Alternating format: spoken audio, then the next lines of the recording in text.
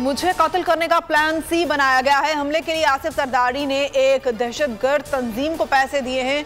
मुझे कुछ हुआ तो कौम को पता होना चाहिए ये किसने कराया। चेयरमैन पीटीआई इमरान खान का खिताब, कहा उनका मकसद है इमरान खान को किसी तरह रास्ते से हटाया जाए। 4 लोग मुझे कत्ल कराना चाहते हैं, जिसमें जरदारी भी शामिल है। हुकूमत ने इमरान खान की सिक्योरिटी वापस ले ली। बनीगाला में डीएसपी समेत 170 एहलकार तैनात थे। एफसी और केपी पुलिस की सिक्योरिटी भी वापस। उधर उस्मान बुज़दार और परवेज इलाही समेत कई वुज़रा की सिक्योरिटी वापस ले ली गई। पाकिस्तान की मुआशी सूरत हाल खौफनाक हो चुकी है। पहले कहा था साजिश कामयाब होने दी गई तो मुआशी हालात पे काबू हो जाएंगे। जब हमारी हुकूमत गिराई गई तो ज़खायर 16 अरब से ज़ायद थे, जो आज सिर्फ 3.6 अरब रह गए हैं। चेयरमैन पीटीआई इमरान खान का खिताब, कहा मौजूदा हुक्मरानों के पैसे बाहर पड़े हैं। मुल्क को कुछ भी हो जाए उन्हें फर्क नहीं पड़ेगा।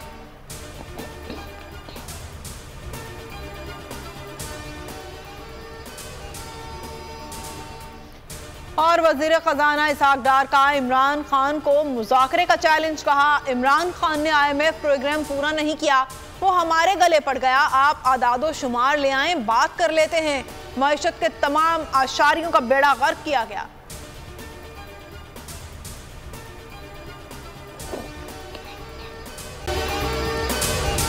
अगर आपको ये वीडियो पसंद आई है तो हमारे चैनल को सब्सक्राइब करें और बेल आइकन को प्रेस करें। 2022 बहुत सारे तोहफे भी देखे गया पाकिस्तान की आवाम को। पाकिस्तान की आवाम को एक तोहफा ये दिया कि आवाम को पता चल गया कि पाकिस्तान का मीडिया क्या है। साल 2022 में सबसे ज्यादा देखे जाने वाला चैनल बोल न्यूज रहा नंबर 1। हमने बहुत सारे शोज और ट्रांसमिशंस की। पूरा साल मुसलसल जदोजहद में निकल गया कि ये वोट ऑफ कॉन्फिडेंस के पीछे कौन लोग थे। तोड़े रेटिंग के सभी रिकॉर्ड। सोशल मीडिया पर भी सबसे ज्यादा तेजी से 2.4 बिलियन व्यूज का संगे मील अबूर किया। एंकर्स को भी आवाम में सबसे ज्यादा मकबूलियत मिली और सोशल मीडिया पर भी बोल रहा सब पर सब्सक्राइब करें और बेल दबाएं ताकि कोई खबर रह न जाए।